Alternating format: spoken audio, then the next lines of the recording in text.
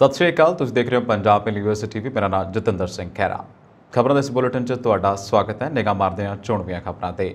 New York ਤੋਂ ਦੁਖਦਾਇਕ ਖਬਰ, ਇੱਕ ਘਰ ਨੂੰ ਅੱਗ ਲੱਗਣ ਕਾਰਨ ਭਾਰਤੀ ਮੂਲ ਦੇ 3 ਲੋਕਾਂ ਦੀ ਮੌਤ। ਦੁਨੀਆ ਭਰ 'ਚ ਖਬਰਾਂ ਦੀਆਂ ਰਿਪੋਰਟਾਂ ਤੇ ਜਨਤਾ ਦਾ ਭਰੋਸਾ ਘਟਿਆ ਪਰ ਭਾਰਤ 'ਚ ਵਧਿਆ। ਸੁਰੱਖਿਆ ਮੰਤਰੀ ਮੈਡੀਸੀਨੋ ਨੂੰ ਮਿਲੀਆਂ ਜਾਨੋਂ ਮਾਰਨ ਦੀਆਂ ਧਮਕੀਆਂ। ਆਸਟ੍ਰੇਲੀਆ ਆਰਥਿਕ ਸੰਕਟ ਨਾਲ ਜੂਝ ਰਹੇ ਸ੍ਰੀਲੰਕਾ ਦੀ ਕਰੇਗਾ ਮਦਦ। ਪੰਜਾਬ ਦੇ ਸਾਬਕਾ ਮੰਤਰੀ ਵਿਜੇ ਸਿੰਗਲਾ ਨੂੰ ਹਾਈ ਕੋਰਟ ਤੋਂ ਝਟਕਾ। ਬਰਫ਼ਬਾਰੀ ਕਾਰਨ ਰੋਕੀ ਗਈ ਸ਼੍ਰੀ ਹੇਮਕੁੰਟ ਸਾਹਿਬ ਦੀ ਯਾਤਰਾ ਮੁੜ ਹੋਈ ਸ਼ੁਰੂ। ਤੇ ਹੁਣ ਖਬਰਾਂ ਵਿਸਤਾਰ ਦੇ ਨਾਲ।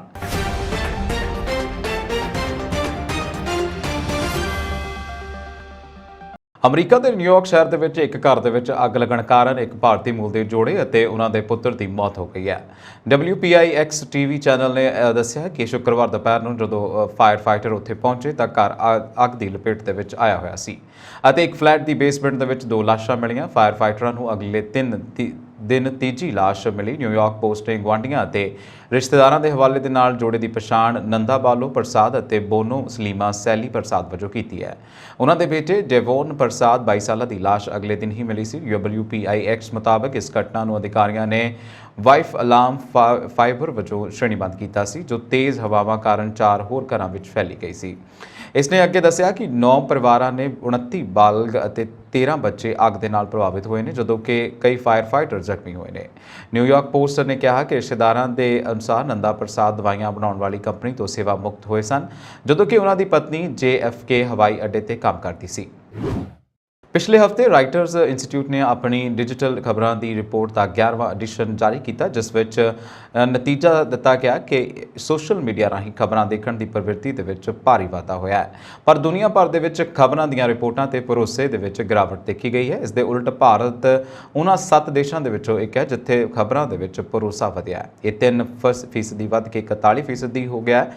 ਖਬਰਾਂ ਦੇ ਭਰੋਸੇ ਦੇ ਮਾਮਲੇ ਦੇ ਵਿੱਚ ਫਿਨਲੈਂਡ 69% ਦੇ ਨਾਲ ਉੱਪਰਲੇ ਪੱਧਰ ਵਾਲਾ ਦੇਸ਼ ਬਣਿਆ ਹੈ, ਜਦੋਂ ਕਿ ਅਮਰੀਕਾ ਦੇ ਵਿੱਚ ਖਬਰਾਂ ਤੇ ਭਰੋਸਾ 3% ਡਿੱਗਿਆ ਅਤੇ ਸਰਵੇਖਣ ਦੇ ਵਿੱਚ ਸਭ ਤੋਂ ਘੱਟ 26% ਭਰੋਸਾ ਬਣਿਆ ਹੋਇਆ ਹੈ। ਖਬਰਾਂ ਦੇ ਵਿੱਚ ਭਰੋਸਾ ਅੱਜ ਵੀ ਕੋਵਿਡ ਤੋਂ ਪਹਿਲਾਂ ਦੇ ਮੁਕਾਬਲੇ ਦੇ ਵਿੱਚ ਜ਼ਿਆਦਾ ਹੈ, ਪਰ 2015 ਦੇ ਮੁਕਾਬਲੇ ਦੇ ਵਿੱਚ ਘੱਟ ਹੈ। ਉਕਤ ਸਰਵੇ ਦੇ ਵਿੱਚ ਇਹ ਸਮਝਣ ਲਈ ਕੀਤਾ ਗਿਆ ਕਿ ਵੱਖ-ਵੱਖ ਦੇਸ਼ਾਂ ਦੇ ਵਿੱਚ ਖਬਰਾਂ ਦਾ ਉਪਯੋਗ ਕਿਵੇਂ ਕੀਤਾ ਜਾ ਰਿਹਾ ਹੈ।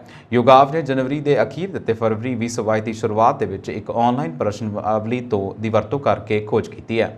ਕੁੱਲ 46 ਦੇਸ਼ਾਂ ਦਾ ਸਰਵੇਖਣ ਕੀਤਾ ਗਿਆ, ਜਿਸ ਵਿੱਚ ਭਾਰਤ ਸਮੇਤ ਏਸ਼ੀਆ ਦੇ 11 ਦੇਸ਼ ਸ਼ਾਮਲ ਹਨ। ਰਾਈਟਰਸ ਦੇ institute for the study journalism ਨੇ ਸਰਵੇ ਨੂੰ ਸਪਾਂਸਰ ਕੀਤਾ। ਰਿਪੋਰਟ ਤੋਂ ਇਹ ਵੀ ਪਤਾ ਲੱਗਾ ਕਿ ਭਾਰਤ ਦੇ ਵਿੱਚ ਸਰਵੇਖਣ ਦਾ ਜਵਾਬ ਦੇਣ ਵਾਲਿਆਂ ਦੇ ਵਿੱਚੋਂ 84% ਨੇ ਸੋਸ਼ਲ ਮੀਡੀਆ ਸਮੇਤ ਆਨਲਾਈਨ ਖਬਰਾਂ ਦਾ ਉਪਯੋਗ ਕੀਤਾ ਹੈ। ਇਹ 2% ਦਾ ਵਾਧਾ ਹੈ। 63% ਦਰਸ਼ਕਾਂ ਨੇ ਸੋਸ਼ਲ ਨੈਟਵਰਕ ਤੇ 59% ਨੇ ਟੈਲੀਵਿਜ਼ਨ ਅਤੇ 49% ਪਾਠਕਾਂ ਨੇ ਪ੍ਰਿੰਟ ਤੋਂ ਖਬਰਾਂ ਪ੍ਰਾਪਤ ਕੀਤੀਆਂ। ਨੌਜਵਾਨ ਆਬਾਦੀ ਵਾਲਾ ਭਾਰਤ ਵੀ ਇੱਕ ਮਜ਼ਬੂਤ ਮੋਬਾਈਲ ਕੇਂਦਰਿਤ ਬਾਜ਼ਾਰ ਹੈ, ਜਿੱਥੇ ਸਮਾਰਟਫੋਨ ਰਾਹੀਂ 72% ਖਬਰਾਂ ਅਤੇ ਕੰਪਿਊਟਰ ਰਾਹੀਂ ਸਿਰਫ 35% ਖਬਰਾਂ ਦੇਖੀਆਂ ਜਾਂਦੀਆਂ ਨੇ। ਨਿਊਜ਼ ਐਗਰੀਗੇਟ ਪਲੇਟਫਾਰਮ ਅਤੇ ਐਪ ਵਰਗੇ Google news, daily hunt, Instagram ਅਤੇ ਨਿਊਜ਼ ਪੁਆਇੰਟ ਖਬਰਾਂ ਤੱਕ ਪਹੁੰਚਣ ਦੇ ਮਹੱਤਵਪੂਰਨ ਮਾਧਿਅਮ ਬਣ ਗਏ ਨੇ। ਭਾਰਤ ਦੇ ਵਿੱਚ ਸਭ ਤੋਂ ਜ਼ਿਆਦਾ ਵਰਤੇ ਜਾਣ ਵਾਲੇ ਸੋਸ਼ਲ ਮੀਡੀਆ ਪਲੇਟਫਾਰਮ ਦੇ ਵਿੱਚ 53% ਉੱਤਰਦਾਤਾਵਾਂ ਦਾ ਕਹਿਣਾ ਹੈ ਕਿ ਖਬਰਾਂ ਦੇਖਣ ਲਈ YouTube ਅਤੇ 51% WhatsApp ਦੀ ਵਰਤੋਂ ਕਰਦੇ ਨੇ। ਸਰਵੇਖਣ ਦੇ ਵਿੱਚ 12 ਪ੍ਰਮੁੱਖ ਦੇਸ਼ਾਂ ਨੂੰ ਸ਼ਾਮਲ ਕਰਨ ਵਾਲੇ ਵਿਸ਼ਲੇਸ਼ਣ ਵਿੱਚ Facebook ਖਬਰਾਂ ਦੇ ਲਈ ਸਭ ਤੋਂ ਲੋਕਪ੍ਰਿय ਸੋਸ਼ਲ ਨੈਟਵਰਕ ਬਣਿਆ ਹੋਇਆ ਹੈ। ਇਸ ਤੋਂ ਬਾਅਦ YouTube ਅਤੇ ਫਿਰ WhatsApp ਦਾ ਸਥਾਨ ਆਉਂਦਾ ਹੈ। ਖਬਰਾਂ ਤੱਕ ਪਹੁੰਚਣ ਦੇ ਮਾਧਿਅਮ ਦੇ ਰੂਪ ਦੇ ਵਿੱਚ Facebook ਦੀ ਲੋਕਪ੍ਰਿਯਤਾ ਦੇ ਵਿੱਚ 2016 ਤੋਂ ਬਾਅਦ 12% ਦੀ ਗਿਰਾਵਟ ਆਈ ਹੈ। ਕੈਨੇਡਾ ਦੇ ਜਨਤਕ ਸੁਰੱਖਿਆ ਮੰਤਰੀ ਮਾਰਕੋ ਮੈਡੀਸੀਨੋ ਨੇ ਇੱਕ ਇੰਟਰਵਿਊ ਵਿੱਚ ਖੁਲਾਸਾ ਕੀਤਾ ਕਿ ਉਹਨਾਂ ਵੱਲੋਂ ਬੰਦੂਕਾਂ ਦੀ ਮਾਲਕੀ ਨੂੰ ਰੋਕਣ ਵਾਲਾ ਬਿੱਲ ਪੇਸ਼ ਕਰਨ ਤੋਂ ਬਾਅਦ ਹਾਲੇ ਦੇ 2 ਹਫ਼ਤਿਆਂ ਦੇ ਵਿੱਚ ਸੋਸ਼ਲ ਮੀਡੀਆ ਤੇ ਜਾਨ ਤੋਂ ਮਾਰਨ ਦੀਆਂ ਧਮਕੀਆਂ ਮਿਲ ਰਹੀਆਂ ਨੇ। ਮੈਡੀਸੀਨੋ ਨੇ ਕਿਹਾ ਕਿ ਉਹ ਪੁਲਿਸ ਅਤੇ ਸੰਸਦੀ ਸੁਰੱਖਿਆ ਸੇਵਾਵਾਂ ਧਮਕੀਆਂ ਤੇ ਡਰਾਉਣੀਆਂ ਘਟਨਾਵਾਂ ਦੀ ਇੱਕ ਲੜੀ ਤੋਂ ਬਾਅਦ ਸੰਸਦ ਮੈਂਬਰਾਂ ਦੀ ਸੁਰੱਖਿਆ ਦਾ ਮੁੜ ਮੁਲਾਂਕਣ ਕਰ ਰਹੇ ਨੇ। ਇਸ ਵਿੱਚ ਪਿਛਲੇ ਮਹੀਨੇ ਓਨਟਾਰੀਓ ਦੇ ਚੋਣ ਪ੍ਰਚਾਰ ਦੌਰਾਨ NDP ਆਗੂ ਜਗਮੀਤ ਸਿੰਘ ਨੂੰ ਜ਼ੁਬਾਨੀ ਪਰੇਸ਼ਾਨ ਕਰਨਾ ਵੀ ਸ਼ਾਮਲ ਹੈ। ਇੱਕ ਵੀਡੀਓ ਦੇ ਵਿੱਚ ਦਿਖਾਇਆ ਗਿਆ ਹੈ ਕਿ ਸਿੰਘ ਜਦੋਂ ਚੋਣ ਪ੍ਰਚਾਰ ਦਫ਼ਤਰ ਤੋਂ ਬਾਹਰ ਨਿਕਲਦੇ ਹਨ ਤਾਂ ਪ੍ਰਦਰਸ਼ਨਕਾਰੀਆਂ ਦਾ ਸਾਹਮਣਾ ਕਰਦੇ ਸਨ। ਸਿੰਘ ਨੂੰ ਇੱਕ ਵਾਹਨ ਦੇ ਅੰਦਰ ਦਾਖਲ ਹੁੰਦੇ ਹੀ ਉਹਨਾਂ ਤੇ ਅਪਸ਼ਬਦ ਬੋਲਦੇ ਅਤੇ ਉਹਨਾਂ ਨੂੰ ਦੇਸ਼ ਦਰੋਹੀ ਕਹਿੰਦੇ ਹੋਏ ਸੁਣਿਆ ਜਾ ਸਕਦਾ ਹੈ। ਸਿੰਘ ਨੇ ਕਿਹਾ ਕਿ ਪੀਟਰੋਬਰੋ ਓਨਟਾਰੀਓ ਦਾ ਤਜਰਬਾ ਉਸ ਦੇ ਸਿਆਸੀ ਕਰੀਅਰ ਦੇ ਵਿੱਚ ਹਮਲਾਵਰ ਵਿਵਹਾਰ ਦੀਆਂ ਸਭ ਤੋਂ ਖਰਾਬ ਘਟਨਾ ਦੇ ਵਿੱਚੋਂ ਇੱਕ ਸੀ। ਸੰਸਦ ਮੈਂਬਰਾਂ ਦੀ ਸੁਰੱਖਿਆ ਨੂੰ ਵਧਾਉਣ ਦੇ ਲਈ ਕੀਤੇ ਜਾ ਰਹੇ ਉਪਾਵਾਂ ਦੇ ਵਿੱਚੋਂ ਪੈਨਿਕ ਬਟਨ ਜਾਂ ਮੋਬਾਈਲ ਡਿਊਰੇਸ ਅਲਾਰਮ ਸ਼ਾਮਲ ਹਨ। ਮਤਲਬ ਜਦੋਂ ਉਹ ਕਿਸੇ ਵੀ ਖਤਰੇ ਦਾ ਸਾਹਮਣਾ ਕਰ ਰਹੇ ਹਨ ਤੇ ਤੁਰੰਤ ਪ੍ਰਤੀਕਿਰਿਆ ਦੇ ਲਈ ਸੰਸਦੀ ਸੁਰੱਖਿਆ ਸੇਵਾਵਾਂ ਜਾਂ ਸਥਾਨਕ ਪੁਲਿਸ ਨੂੰ ਤੁਰੰਤ ਸੁਚੇਤ ਕਰਨ ਦੇ ਲਈ ਆਲੇ ਦੁਆਲੇ ਲੈ ਕੇ ਜਾ ਸਕਦੇ ਹਨ। ਐਂਡ ਸਰਜੈਂਟ ਐਂਡ ਆਰਮਸ ਨੇ ਨਵੇਂ ਸੁਰੱਖਿਆ ਉਪਾਵਾਂ ਬਾਰੇ ਲਿਬਰਲ ਐਮਪੀਜ਼ ਨੂੰ ਇੱਕ ਪੇਸ਼ਕਸ਼ੀ ਵਿੱਚ ਜ਼ੋਰਦਾਰ ਸਿਫਾਰਿਸ਼ ਕੀਤੀ ਹੈ। ਉਹਨਾਂ ਪੈਨਿਕ ਬਟਨ ਨੂੰ ਹਰ ਵੇਲੇ ਆਪਣੇ ਕੋਲ ਰੱਖਣ। ਪੇਸ਼ਕਾਰੀ ਦੇ ਵਿੱਚ ਕਿਹਾ ਗਿਆ ਹੈ ਕਿ ਡਿਵਾਈਸ ਨੂੰ ਕੈਨੇਡਾ ਭਰ ਦੇ ਵਿੱਚ ਵਰਤਿਆ ਜਾ ਸਕਦਾ ਹੈ। ਉਹਨਾਂ ਦੇ ਹਲਕਿਆਂ ਦੇ ਵਿੱਚ ਵੀ ਹਾਊਸ ਆਫ ਕਾਮਨਸ ਦੀ ਸੁਰੱਖਿਆ ਦੇ ਇੰਚਾਰਜ ਸਰਜੈਂਟ ਐਂਡ ਆਰਮ ਸੰਸਦ ਮੈਂਬਰ ਅਤੇ ਸਟਾਫ ਨੂੰ ਸੰਭਾਵੀ ਹਿੰਸਕ ਸਥਿਤੀਆਂ ਤੋਂ ਘੱਟ ਕਰਨ ਦੇ ਤਰੀਕੇ ਬਾਰੇ ਸਿਖਲਾਈ ਪੇਸ਼ਕਸ਼ ਕਰ ਰਿਹਾ ਹੈ। ਸੁਰੱਖਿਆ ਮੁਲਾਂਕਣ ਸੰਸਦ ਮੈਂਬਰਾਂ ਨੂੰ ਕਈ ਧਮਕੀਆਂ ਅਤੇ ਪਿਛਲੇ ਸਾਲ ਦੀਆਂ ਘਟਨਾਵਾਂ ਤੋਂ ਬਾਅਦ ਕੀਤਾ ਗਿਆ ਹੈ। ਇੱਕ ਚੋਣ ਪ੍ਰਚਾਰ ਸਮਾਗਮ ਦੇ ਵਿੱਚ ਇੱਕ ਸਿਆਸੀ ਰੈਲੀ ਦੇ ਬਾਹਰ ਲਿਬਰਲ ਲੀਡਰ ਜਸਟਿਨ ਟਰੂਡੋ ਤੇ ਹਮਲਾ ਕੀਤਾ ਗਿਆ ਸੀ। ਮੈਡੀਸੀਨੋ ਦਾ ਕਹਿਣਾ ਹੈ ਕਿ ਪਿਛਲੇ ਮਹੀਨੇ ਸੰਸਦ ਦੇ ਵਿੱਚ ਬੰਦੂਕ ਹਿੰਸਾ ਨੂੰ ਰੋਕਣ ਲਈ ਬੰਦੂਕ ਨਿਯੰਤਰਣ ਸੰਬੰਧੀ ਇੱਕ ਬਿੱਲ ਪੇਸ਼ ਕਰਨ ਤੋਂ ਬਾਅਦ ਉਸ ਨੂੰ ਇੰਸਟਾਗ੍ਰਾਮ ਤੋਂ ਜਾਨੋਂ ਮਾਰਨ ਦੀਆਂ ਕਈ ਧਮਕੀਆਂ ਮਿਲੀਆਂ ਨੇ। ਆਰਥਿਕ ਸੰਕਟ ਦਾ ਸਾਹਮਣਾ ਕਰ ਰਹੇ ਸ਼੍ਰੀਲੰਕਾ ਨੂੰ ਐਮਰਜੈਂਸੀ ਭੋਜਨ ਸਹਾਇਤਾ ਪ੍ਰਦਾਨ ਕਰਨ ਲਈ ਆਸਟ੍ਰੇਲੀਆ 2.2 ਕਰੋੜ ਆਸਟ੍ਰੇਲੀਅਨ ਡਾਲਰ ਪ੍ਰਦਾਨ ਕਰੇਗਾ। ਇਹ ਜਾਣਕਾਰੀ ਸੋਮਵਾਰ ਨੂੰ ਆਸਟ੍ਰੇਲੀਆ ਦੇ ਗ੍ਰਹਿ ਮੰਤਰੀ ਕਲੇਅਰ ਓਨੀਲ ਦੇ ਸ਼੍ਰੀਲੰਕਾ ਦੌਰੇ ਦੌਰਾਨ ਦਿੱਤੀ ਗਈ। ਓਨੀਲ ਨੇ ਸ਼੍ਰੀਲੰਕਾ ਦੇ ਰਾਸ਼ਟਰਪਤੀ ਗੋਤਬਾਇਆ ਰਾਜਪਕਸ਼ੇ ਅਤੇ ਪ੍ਰਧਾਨ ਮੰਤਰੀ ਰਾਨਿਲ ਵਿਕਰਮਸਿੰਘੇ ਨਾਲ ਵੀ ਮੁਲਾਕਾਤ ਕੀਤੀ। ਇਸ ਪ੍ਰੈਸ ਰਿਲੀਜ਼ ਦੇ ਅਨੁਸਾਰ ਉਹਨਾਂ ਨੇ ਕਿਹਾ ਕਿ ਅਸੀਂ ਸ਼੍ਰੀਲੰਕਾ ਵਿੱਚ 30 ਲੱਖ ਦੀਆਂ ਰੋਜ਼ਾਨਾ ਪੌਸ਼ਟਿਕ ਜ਼ਰੂਰਤਾਂ ਨੂੰ ਪੂਰਾ ਕਰਨ ਦੇ ਲਈ ਐਮਰਜੈਂਸੀ ਭੋਜਨ ਸਹਾਇਤਾ ਦੇ ਲਈ ਵਿਸ਼ਵ ਭੋਜਨ ਪ੍ਰੋਗਰਾਮ ਨੂੰ ਤੁਰੰਤ 2.2 ਕਰੋੜ ਆਸਟ੍ਰੇਲੀਅਨ ਡਾਲਰ ਦੇ ਪ੍ਰਦਾਨ ਕਰਾਂਗੇ। ਆਸਟ੍ਰੇਲੀਆ 2022-23 ਵਿੱਚ ਵਿਕਾਸ ਕਾਰਜਾਂ ਦੇ ਲਈ ਸ਼੍ਰੀਲੰਕਾ ਨੂੰ 2.3 ਕਰੋੜ ਡਾਲਰ ਵੀ ਦੇਵੇਗਾ। ਬਿਆਨ ਦੇ ਵਿੱਚ ਕਿਹਾ ਗਿਆ ਕਿ ਇਹ ਸਿਹਤ ਸੇਵਾਵਾਂ ਅਤੇ ਆਰਥਿਕ ਰਿਕਵਰੀ ਦੇ ਵਿੱਚ ਸਹਾਇਤਾ ਕਰੇਗਾ। ਇਸ ਵਿੱਚ ਔਰਤਾਂ ਅਤੇ ਕੁੜੀਆਂ ਦੀ ਸੁਰੱਖਿਆ ਅਤੇ ਵਿਸ਼ੇਸ਼ ਜ਼ੋਰ ਦਿੱਤਾ ਜਾਵੇਗਾ। ਬਿਆਨ ਦੇ ਵਿੱਚ ਕਿਹਾ ਗਿਆ ਕਿ ਇਹ ਯੋਗਦਾਨ ਹਾਲ ਹੀ ਵਿੱਚ ਸ਼੍ਰੀਲੰਕਾ ਲਈ ਸੰਯੁਕਤ ਰਾਸ਼ਟਰ ਦੀਆਂ ਏਜੰਸੀਆਂ ਨੂੰ ਦਿੱਤੇ ਗਏ 50 ਲੱਖ ਡਾਲਰ ਤੋਂ ਇਲਾਵਾ ਆਸਟ੍ਰੇਲੀਆ ਵਿਦੇਸ਼ੀ ਮੰਤਰਾਲੇ ਨੇ ਕਿਹਾ ਕਿ ਸ਼੍ਰੀਲੰਕਾ ਦੇ ਨਾਲ ਉਸ ਦੇ ਨਜ਼ਦੀਕੀ ਅਤੇ ਲੰਬੇ ਸਮੇਂ ਤੋਂ ਸੰਬੰਧ ਨੇ। ਭ੍ਰਿਸ਼ਟਾਚਾਰ ਦੇ ਮਾਮਲੇ 'ਚ ਗ੍ਰਿਫਤਾਰ ਕੀਤੇ ਗਏ ਪੰਜਾਬ ਦੇ ਸਾਬਕਾ ਮੰਤਰੀ ਵਿਜੇ ਸਿੰਗਲਾ ਨੂੰ ਪੰਜਾਬ ਅਤੇ ਹਰਿਆਣਾ ਹਾਈ ਕੋਰਟ ਤੋਂ ਝਟਕਾ ਲੱਗਾ ਹੈ। ਹਾਈ ਕੋਰਟ ਨੇ ਉਹਨਾਂ ਨੂੰ ਜ਼ਮਾਨਤ ਦੇਣ ਤੋਂ ਇਨਕਾਰ ਕਰ ਦਿੱਤਾ।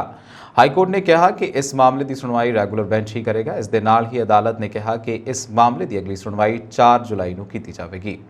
ਦੱਸਣਯੋਗ ਹੈ ਕਿ ਪੰਜਾਬ ਦੀ ਮੌਜੂਦਾ ਸਰਕਾਰ 'ਚ ਸਿਹਤ ਮੰਤਰੀ ਰਹਿ ਚੁੱਕੇ ਵਿਜੇ ਸਿੰਗਲਾ ਦੇ ਖਿਲਾਫ ਕਰੋੜਾਂ ਦੇ ਟੈਂਡਰ 'ਚ 1% ਕਮਿਸ਼ਨ ਲੈਣ ਦੇ ਮਾਮਲੇ ਦੇ ਵਿੱਚ ਉਹਨਾਂ ਨੂੰ ਗ੍ਰਿਫਤਾਰ ਕੀਤਾ ਗਿਆ ਸੀ।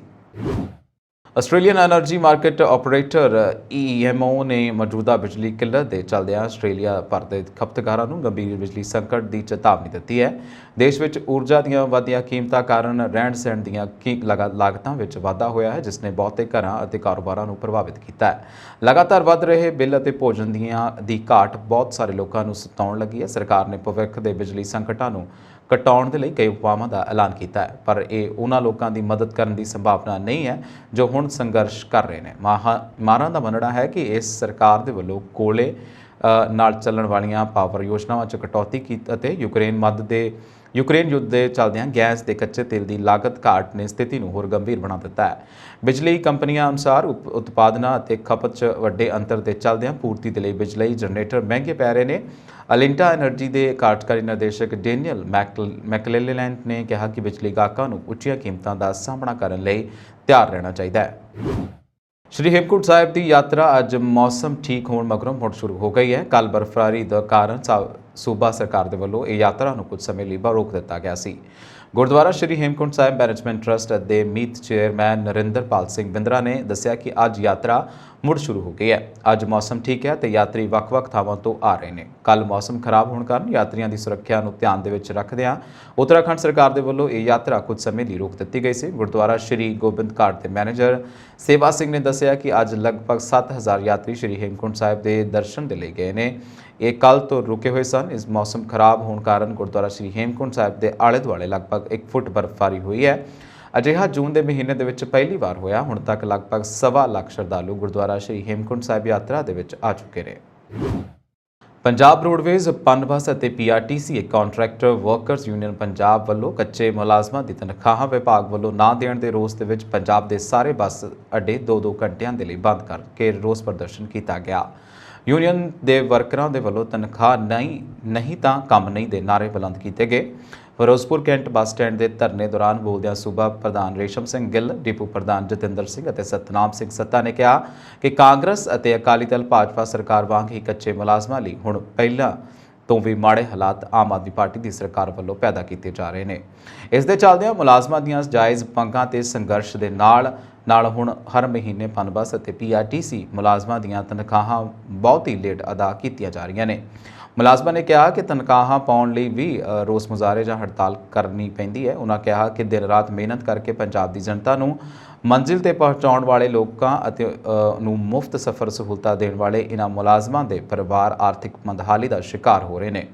ਇਸ ਕਾਰਨ ਬੱਸਾਂ ਚਲਾਉਣ ਵਾਲੇ ਡਰਾਈਵਰ, ਕੰਡਕਟਰ ਅਤੇ ਵੀ ਮਾਨਸਿਕ ਤਣਾਅ 'ਚ ਬੱਸਾਂ ਚਲਾਉਣ ਲਈ ਮਜਬੂਰ ਨੇ। ਇਹਨਾਂ ਹਾਲਾਤਾਂ ਨੂੰ ਵੇਖਦੇ ਹੋਏ ਜਥੇਬੰਦੀ ਦੇ ਵੱਲੋਂ ਵਾਰ-ਵਾਰ ਉੱਚ ਅਧਿਕਾਰੀਆਂ ਅਤੇ ਟਰਾਂਸਪੋਰਟ ਮੰਤਰੀ ਪੰਜਾਬ ਦੇ ਨਾਲ ਸੰਪਰਕ ਕਰਨ ਤੇ ਵੀ ਹੁਣ ਤੱਕ ਤਨਖਾਹਾਂ ਨਹੀਂ ਆਈਆਂ। ਇਸ ਕਾਰਨ ਅੱਜ ਯੂਨੀਅਨ ਦੇ ਵੱਲੋਂ ਪੰਜਾਬ ਦੇ ਸਾਰੇ ਬੱਸ ਅੱਡੇ 2-2 ਘੰਟਿਆਂ ਦੇ ਲਈ ਬੰਦ ਕਰਨ ਦਾ ਫੈਸਲਾ ਕੀਤਾ ਗਿਆ। ਉਹਨਾਂ ਕਿਹਾ ਕਿ ਜੇਕਰ ਹੁਣ ਵੀ ਤਨਖਾਹ ਨਹੀਂ ਆਉਂਦੀ ਤਾਂ 23 ਜੂਨ ਨੂੰ ਦੁਪਹਿਰ 12 ਵਜੇ ਤੋਂ ਸਮੂਹ ਮੁਲਾਜ਼ਮ ਬੱਸਾਂ ਬੰਦ ਕਰਕੇ ਪਨ ਬੱਸ ਅਤੇ ਪੀਆਰਟੀਸੀ ਦਾ ਚੱਕਾ ਜਾਮ ਕਰਨਗੇ। ਉਹਨਾਂ ਕਿਹਾ ਕਿ ਅਗਲੇ ਮਹੀਨੇ ਦੀ 7 ਤਰੀਕ ਤੋਂ ਬਾਅਦ ਗੇਟ ਰੈਲੀਆਂ ਅਤੇ 10 ਤੋਂ ਬਾਅਦ ਬੱਸ ਅੱਡੇ ਬੰਦ ਕਰਨ ਸਮੇਤ 15 ਤਰੀਕ ਤੋਂ ਮੁਕੰਮਲ ਪੰਜਾਬ ਬੰਦ ਦੇ ਪ੍ਰੋਗਰਾਮ ਉਲੀਕੇ ਜਾਣਗੇ। ਕਪੂਰਥਲਾ ਦੇ ਪਿੰਡ ਦਿਆਲਪੁਰ ਦੇ ਵਿੱਚ ਦਿਲ ਦੇ ਲਾਉਣ ਵਾਲੀ ਘਟਨਾ ਸਾਹਮਣੇ ਆਈ ਹੈ। ਇੱਥੇ ਇੱਕ ਸਿਰਫਿਰੇ ਵਿਅਕਤੀ ਨੇ ਇੱਕ ਔਰਤ ਤੇ ਤੇਜ਼ਾਬ ਦੇ ਨਾਲ ਹਮਲਾ ਕਰ ਦਿੱਤਾ, ਜਿਸ ਦੌਰਾਨ ਔਰਤ ਦਾ ਚਿਹਰਾ ਬੁਰੀ ਤਰ੍ਹਾਂ ਝੁਲਸ ਗਿਆ। ਇਸ ਤੋਂ ਬਾਅਦ ਔਰਤ ਨੂੰ ਇਲਾਜ ਦੇ ਲਈ ਹਸਪਤਾਲ ਦਾਖਲ ਕਰਵਾਇਆ ਗਿਆ। ਜਾਣਕਾਰੀ ਮੁਤਾਬਕ ਪੀੜਤ ਔਰਤ ਦੀ ਪਛਾਣ ਦਲਬੀਰ ਕੌਰ ਉਰਫ ਅਨੂ 40 ਪਤਨੀ ਅਨੂਪ ਸਿੰਘ ਵਾਸੀ ਪਿੰਡ ਦਿਆਲਪੁਰ ਵਜੋਂ ਹੋਈ ਹੈ। ਪੀੜਤ ਔਰਤ ਇਸੇ ਪਿੰਡ 'ਚ ਹੀ ਬੁਟੀਕ ਦਾ ਕੰਮ ਕਰਦੀ ਸੀ। ਹਸਪਤਾਲ 'ਚ ਦਾਖਲ ਪੀੜਤ ਔਰਤ ਨੇ ਰੋਂਦੇ ਹੋਏ ਦੱਸਿਆ ਕਿ ਉਸ ਦਾ ਪਤੀ ਨਸ਼ੇ ਦਾ ਆਦੀ ਹੈ ਅਤੇ ਉਸ ਦੀ 2 ਧੀਆਂ ਨੇ। ਉਹ ਆਪਣੇ ਪਰਿਵਾਰ ਦਾ ਗੁਜ਼ਾਰਾ ਕਰਨ ਲਈ ਕੱਪੜੇ ਸਿਉਣ ਦਾ ਕੰਮ ਕਰਦੀ ਹੈ। ਪੀੜਤ ਨੇ ਦੋਸ਼ ਲਾਇਆ ਕਿ ਉਕਤ ਦੋਸ਼ੀ ਉਸ ਤੇ ਸਰੀਰਕ ਸੰਬੰਧ ਬਣਾਉਣ ਦਾ ਦਬਾਅ ਪਾ ਰਿਹਾ ਸੀ, ਪਰ ਉਸਨੇ ਇਨਕਾਰ ਕਰ ਦਿੱਤਾ। ਇਸ ਤੋਂ ਬਾਅਦ ਦੋਸ਼ੀ ਨੇ ਉਸ ਤੇ ਤੇਜ਼ਾਬ ਦੇ ਨਾਲ ਹਮਲਾ ਕਰ ਦਿੱਤਾ। ਪੀੜਤਾ ਨੇ ਦੱਸਿਆ ਕਿ ਦੋਸ਼ੀ ਉਸ ਤੇ ਇਹ ਵੀ ਦਬਾਅ ਪਾ ਰਿਹਾ ਸੀ ਕਿ ਉਹ ਬੁਟੀਕ ਦਾ ਕੰਮ ਨਾ ਕਰੇ। ਉਸ ਤੋਂ ਬਾਅਦ ਉਸਨੇ ਤੇਜ਼ਾਬ ਦੇ ਨਾਲ ਉਸ ਤੇ ਹਮਲਾ ਕਰ ਦਿੱਤਾ। ਫਿਲਹਾਲ ਪੁਲਿਸ ਵੱਲੋਂ ਮਾਮਲੇ ਦੀ ਜਾਂਚ ਕੀਤੀ ਜਾ ਰਹੀ ਹੈ ਤੇ ਦੋਸ਼ੀ ਦੀ ਭਾਲ ਕੀਤੀ ਜਾ ਰਹੀ ਹੈ। ਸ਼੍ਰੋਮਣੀ ਅਕਾਲੀ ਦਲ ਦੇ ਪ੍ਰਧਾਨ ਸੁਖਬੀਰ ਸਿੰਘ ਬਾਦਲ ਨੇ ਕਿਹਾ ਕਿ ਆਮ ਆਦਮੀ ਪਾਰਟੀ ਦੀ ਸਰਕਾਰ ਹਰ ਮੁਹਾਜ਼ ਤੇ ਸਫਲ ਹੋ ਗਈ ਹੈ ਤੇ ਇਹ ਹਰ ਮਹੀਨੇ 300 ਯੂਨਿਟ ਮੁਫਤ ਬਿਜਲੀ ਤੇ 1000 ਰੁਪਏ ਪ੍ਰਤੀ ਮਹੀਨਾ ਮਹਿਲਾ ਨੂੰ ਦੇਣ ਦੇ ਵਾਅਦੇ ਤੋਂ ਵੀ ਭੱਜੇਗੀ। ਜਿਵੇਂ ਕਿ ਸਾਬਕਾ ਮੁੱਖ ਮੰਤਰੀ ਕੈਪਟਨ ਅਮਰਿੰਦਰ ਸਿੰਘ ਆਪਣੇ ਵਾਅਦਿਆਂ ਤੋਂ ਭੱਜੇ ਸਨ। ਅਕਾਲੀ ਦਲ ਦੇ ਪ੍ਰਧਾਨ ਜੋ ਇਸ ਵਿਧਾਨ ਸਭਾ ਹਲਕੇ 'ਚ ਸਾਂਝੇ ਪੰਥਕ ਤੇ ਅਕਾਲੀ ਦਲ ਦੇ ਬਸਪਾ ਗੱਠਜੋੜ ਦੇ ਉਮੀਦਵਾਰ ਬੀਬੀ ਕਮਲਦੀਪ ਕੌਰ ਰਾਜੋਆਣਾ ਤੇ ਹੱਕ 'ਚ ਚੋਣ ਪ੍ਰਚਾਰ ਕਰ ਰਹੇ ਸਨ। ਕਿਹਾ ਕਿ 3 ਮਹੀਨਿਆਂ 'ਚ ਹੀ ਲੋਕਾਂ ਦਾ ਆਮ ਆਦਮੀ ਪਾਰਟੀ ਤੋਂ ਉਹਨਾਂ ਦੀ ਸਰਕਾਰ ਤੋਂ ਮੋਹ ਭੰਗ ਹੋ ਗਿਆ। ਸਿਮਰਜੀਤ ਸਿੰਘ ਮਾਨ ਨੂੰ ਕਰੜੇ ਹੱਥੀ ਲੈਂਦਿਆਂ ਬਾਦਲ ਨੇ ਕਿਹਾ ਕਿ ਉਹ ਸ਼ਾਂਤੀ ਤੇ ਫਿਰਕੂ ਸਦਭਾਵਨਾ ਨੂੰ ਬਣਾਈ ਰੱਖਣ ਵਾਸਤੇ ਸਟੈਂਡ ਨਹੀਂ ਲੈ ਰਹੇ। ਉਹਨਾਂ ਕਿਹਾ ਕਿ ਅਕਾਲੀ ਦਲ ਨੇ ਆਪਣੇ ਪੱਲੋਂ ਪੰਥਕ ਏਕਤਾ ਵਾਸਤੇ ਪੂਰੀ ਵਾਹ ਲਗਾਈ ਹੈ ਅਤੇ ਸੰਗਰੂਰ ਜ਼ਿਮਨੀ ਚੋਣ ਵਾਸਤੇ ਸਾਂਝਾ ਉਮੀਦਵਾਰ ਖੜਾ ਕੀਤਾ ਹੈ। ਉਹਨਾਂ ਨੇ ਕਿਹਾ ਕਿ ਅਕਾਲੀ ਦਲ ਅੰਮ੍ਰਿਤਸਰ ਦੇ ਆਗੂ ਵੱਲੋਂ ਕਾਂਗਰਸ ਦੇ ਆਗੂ ਰਾਹੁਲ ਗਾਂਧੀ ਦੇ ਹੱਕ 'ਚ ਬਿਆਨਬਾਜ਼ੀ ਕਰਨ ਅਤੇ ਸ਼ਹੀਦ ਭਗਤ ਸਿੰਘ ਦੀ ਨਿੰਦਿਆ ਕਰਨ ਦੀ ਵੀ ਨਿਖੇਧੀ ਕੀਤੀ ਗਈ ਹੈ। ਇਸ ਮੌਕੇ ਸੁੱਚਾ ਸਿੰਘ ਛੋਟੇਪੁਰ, ਲਖਬੀਰ ਸਿੰਘ ਲੋਧੀ ਨੰਗਲ, ਵਿਰਸਾ ਸਿੰਘ ਬਲਟੋਆ, ਮਨਪ੍ਰੀਤ ਸਿੰਘ ਏਆਲੀ, ਵਿਨਰਜੀਤ ਸਿੰਘ ਗੋਲਡੀ, ਪ੍ਰਕਾਸ਼ ਚੰਦਰ ਵੱਡੇ ਨੇਤਾ ਵੀ ਮੌਜੂਦ ਰਹੇ। ਦਿੱਲੀ ਪੁਲਿਸ ਦੇ ਸਪੈਸ਼ਲ ਸੈੱਲ ਨੇ ਪੰਜਾਬੀ ਗਾਇਕ ਸਿੱਧੂ ਮੂਸੇਵਾਲਾ ਦੇ ਕਤਲ ਮਾਮਲੇ ਦੇ ਵਿੱਚ 2 ਸ਼ਾਰਪ ਸ਼ੂਟਰਾਂ ਸਣੇ 3 ਜਣਿਆਂ ਨੂੰ ਗ੍ਰਿਫਤਾਰ ਕੀਤਾ। ਅਧਿਕਾਰੀਆਂ ਨੇ ਅੱਜ ਦੱਸਿਆ ਕਿ ਮੁਲਜ਼ਮਾਂ ਦੀ ਪਛਾਣ ਪ੍ਰਿਆਵਰਤ ਉਰਫ ਫੌਜੀ ਵਾਸੀ ਸੋਨੀਪਤ, ਕਸ਼ਿਸ਼ 24 ਸਾਲਾ ਵਾਸੀ ਜ਼ਿਲ੍ਹਾ ਝੱਜਰ ਅਤੇ ਕੇਸ਼ਵ ਕੁਮਾਰ ਵਾਸੀ ਬਠਿੰਡਾ ਪੰਜਾਬ ਦੇ ਵਿੱਚ ਹੋਈ ਹੈ। ਦਿੱਲੀ ਦੀ ਇੱਕ ਅਦਾਲਤ ਨੇ ਤਿੰਨਾਂ ਨੂੰ 14 ਦਿਨਾਂ ਦੇ ਪੁਲਿਸ ਰਿਮਾਂਡ ਤੇ ਭੇਜ ਦਿੱਤਾ ਹੈ। ਦਿੱਲੀ ਪੁਲਿਸ ਦੇ ਸਪੈਸ਼ਲ ਸੈੱਲ ਨੇ ਵਧੀਕ ਸੈਸ਼ਨ ਜੱਜ ਸੰਜੇ ਖਨਗਵਾਲ ਦੀ ਅਦਾਲਤ ਨੂੰ ਦੱਸਿਆ ਹੈ ਕਿ ਵੱਡੀ ਸਾਜ਼ਿਸ਼ ਦਾ ਪਰਦਾਫਾਸ਼ ਕਰਨ ਦੇ ਲਈ ਤਿੰਨਾਂ ਮੁਲਾਜ਼ਮਾਂ ਤੋਂ ਪੁੱਛਗਿੱਛ ਕੀਤੀ ਜਾਣੀ ਹੈ। ਇਹਨਾਂ ਤਿੰਨਾਂ ਨੂੰ ਗੁਜਰਾਤ ਦੇ ਕਸ਼ ਵਿੱਚੋਂ ਐਤਵਾਰ ਨੂੰ ਗ੍ਰਿਫਤਾਰ ਕੀਤਾ ਗਿਆ ਸੀ। ਦਿੱਲੀ ਪੁਲਿਸ ਦੇ ਸਪੈਸ਼ਲ ਸੈੱਲ ਦੇ ਮੁਖੀ HGS ਧਾਲੀਵਾਲ ਨੇ ਦੱਸਿਆ ਕਿ ਮੂਸੇਵਾਲਾ ਦੇ ਕਤਲ ਤੋਂ ਪਹਿਲਾਂ ਮੁਲਜ਼ਮਾਂ ਨੇ ਕਈ ਵਾਰ ਉਸ ਦੀ ਰੈਕੀ ਕੀਤੀ ਸੀ। ਧਾਲੀਵਾਲ ਨੇ ਪੱਤਰਕਾਰਾਂ ਦੇ ਨਾਲ ਗੱਲਬਾਤ ਕਰਨ ਦੌਰਾਨ ਦੱਸਿਆ ਕਿ ਮੁਲਜ਼ਮਾਂ ਕੋਲੋਂ 8 ਗ੍ਰੇਨੇਡ, 9 ਇਲੈਕਟ੍ਰਿਕ ਡੈਟੋਨੇਟਰ, 3 ਪਿਸਤੌਲ ਅਤੇ 1 ਅਸੌਲਟ ਰਾਈਫਲ ਬਰਾਮਦ ਕੀਤੀ ਗਈ ਹੈ। ਉਹਨਾਂ ਦੱਸਿਆ ਕਿ ਪ੍ਰਿਆਵਰਤ ਨੇ ਸ਼ੂਟਰਾਂ ਦੀ ਟੀਮ ਦੀ ਅਗਵਾਈ ਕੀਤੀ ਸੀ ਅਤੇ ਘਟਨਾ ਸਮੇਂ ਉਹ ਕੈਨੇਡਾ ਰਹਿੰਦੇ ਗੈਂਗਸਟਰ ਗੋਲਡੀ ਬਰਾੜ ਦੇ ਨਾਲ ਸਿੱਧੇ ਸੰਪਰਕ ਦੇ ਵਿੱਚ ਸੀ। ਉਹ ਕਤਲ ਕੇਸ ਦੇ ਵਿੱਚ ਮੁੱਖ ਸ਼ੂਟਰ ਹੈ ਤੇ ਉਸਨੇ ਹੀ ਹੱਤਿਆ ਨੂੰ ਅੰਜਾਮ ਦਿੱਤਾ ਹੈ। ਦੱਸਣਯੋਗ ਹੈ ਕਿ ਗੋਲਡੀ ਬਰਾੜ ਨੇ ਸਿੱਧੂ ਮੂਸੇਵਾਲਾ ਦੇ ਕਤਲ ਦੀ ਜ਼ਿੰਮੇਵਾਰੀ ਲਈ ਸੀ। ਭਾਰਤ ਦੇ ਨਵੇਂ ਰਾਸ਼ਟਰਪਤੀ ਦੀ ਚੋਣ ਨੂੰ ਲੈ ਕੇ ਸਿਆਸਤ ਤੇਜ਼ ਹੋ ਗਈ ਹੈ। ਸਾਰਿਆਂ ਦੀਆਂ ਨਜ਼ਰਾਂ ਰਾਸ਼ਟਰਪਤੀ ਅਹੁਦੇ ਦੇ ਉਮੀਦਵਾਰਾਂ ਤੇ ਟਿਕੀਆਂ ਹੋਈਆਂ ਨੇ। ਅਜਿਹੇ ਦੇ ਵਿੱਚ ਵਿਰੋਧੀ ਪੱਖ ਤੋਂ ਜਸਵੰਤ ਸਿਨਹਾ ਰਾਸ਼ਟਰਪਤੀ ਅਹੁਦੇ ਦੇ ਉਮੀਦਵਾਰ ਹੋ ਸਕਦੇ ਨੇ। ਜਸਵੰਤ ਸਿਨਹਾ ਅੱਜ ਦਿੱਲੀ ਵਿੱਚ ਰਾਸ਼ਟਰਪਤੀ ਅਹੁਦੇ ਦੇ ਉਮੀਦਵਾਰਾਂ ਦੀ ਚੋਣ ਦੇ ਲਈ ਵਿਰੋਧੀ ਧਿਰ ਦੀ ਮੀਟਿੰਗ ਵਿੱਚ ਸ਼ਾਮਲ ਹੋਣ ਵਾਲੇ ਹਨ।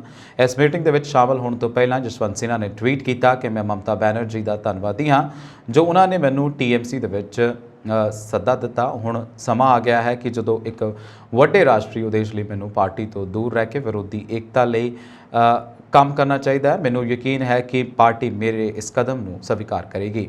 ਦੱਸਿਆ ਜਾ ਰਿਹਾ ਹੈ ਕਿ ਅੱਜ ਹੋਣ ਵਾਲੀ ਵਿਰੋਧੀ ਧਿਰ ਦੀ ਬੈਠਕ ਦੇ ਵਿੱਚ TMC ਰਾਸ਼ਟਰਪਤੀ ਚੋਣ ਦੇ ਲਈ ਉਮੀਦਵਾਰ ਵਜੋਂ ਜਸਵੰਤ ਸਿਨਹਾ ਦੇ ਨਾਮ ਦਾ ਪ੍ਰਸਤਾਵ ਕਰੇਗੀ। ਜਾਣਕਾਰੀ ਮੁਤਾਬਕ ਤ੍ਰਿਣਮੂਲ ਕਾਂਗਰਸ ਦੇ ਚੋਟੀ ਦੇ ਨੇਤਾਵਾਂ ਦੇ ਨਾਲ ਇਸ ਮਾਮਲੇ ਤੇ ਚਰਚਾ ਕਰਨ ਤੋਂ ਬਾਅਦ ਸਿਨਹਾ ਨੇ ਇਸ ਪ੍ਰਸਤਾਵ ਤੇ ਸਹਿਮਤੀ ਜਤਾਈ ਹੈ। ਦੂਜੇ ਪਾਸੇ ਜਸਵੰਤ ਸਿਨਹਾ ਨੇ ਮੀਟਿੰਗ ਤੋਂ ਪਹਿਲਾਂ ਇੱਕ ਟਵੀਟ ਦੇ ਵਿੱਚ ਵੱਡੇ ਰਾਸ਼ਟਰੀ ਕਾਰਨਾਂ ਕਰਕੇ ਪਾਰਟੀ ਦੇ ਕੰਮ ਤੋਂ ਹਟਣ ਦਾ ਐਲਾਨ ਕੀਤਾ ਸੀ।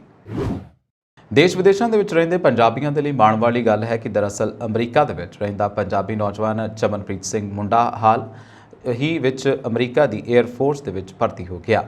ਦੱਸ ਦਈਏ ਕਿ ਪਿਤਾ ਹਰਜਿੰਦਰ ਸਿੰਘ ਪਿੰਕਾ ਮੁੰਡਾ ਅਤੇ ਮਾਤਾ ਹਰਵਿੰਦਰ ਕੌਰ ਮੁੰਡਾ ਦੇ ਘਰ ਪੈਦਾ ਹੋਏ ਚਮਨਪ੍ਰੀਤ ਸਿੰਘ ਨੇ ਆਪਣੀ ਪੜ੍ਹਾਈ ਪੂਰੀ ਕਰਨ ਤੋਂ ਬਾਅਦ ਅਮਰੀਕਾ ਦੀ 에ਅਰ ਫੋਰਸ ਦੇ ਵਿੱਚ ਜਾਣ ਲਈ ਰੁਖ ਕੀਤਾ ਸੀ, ਜਿਸ ਲਈ ਉਸਨੇ ਸੰਯੁਕਤ ਰਾਜ ਦੀ 에ਅਰ ਫੋਰਸ ਅਕੈਡਮੀ ਦੇ ਵਿੱਚ ਸਿਸਟਮ ਇੰਜੀਨੀਅਰਿੰਗ ਵਿੱਚ ਵਿਗਿਆਨ ਦੀ ਬੈਚਲਰ ਡਿਗਰੀ ਪ੍ਰਾਪਤ ਕੀਤੀ। ਇਸ ਵੇਲੇ ਉਹ ਟੈਕਸਸ ਵਿੱਚ ਸੈਕੰਡ ਲੈਫਟੀਨੈਂਟ ਦੇ ਵਜੋਂ ਪਾਇਲਟ ਦੀ ਸਿਖਲਾਈ ਸ਼ੁਰੂ ਕਰਨ ਜਾ ਰਿਹਾ ਹੈ। ਪਰਿਵਾਰਕ ਮੈਂਬਰਾਂ ਨੇ ਦਲਜੀਤਮ ਸਿੰਘ ਮੁੰਡਾ ਨੇ ਇਸ ਪ੍ਰਾਪਤੀ ਤੇ ਮਾਣ ਮਹਿਸੂਸ ਕੀਤਾ ਹੈ ਔਰ ਉਹਨਾਂ ਦਾ ਇਹ ਪਰਿਵਾਰ 25 ਸਾਲਾਂ ਤੋਂ ਪਹਿਲਾਂ ਅਮਰੀਕਾ ਦੇ ਮੁੱਖ ਸ਼ਹਿਰ ਨਿਊਯਾਰਕ ਵਿੱਚ ਜਾ ਵਸਿਆ ਸੀ।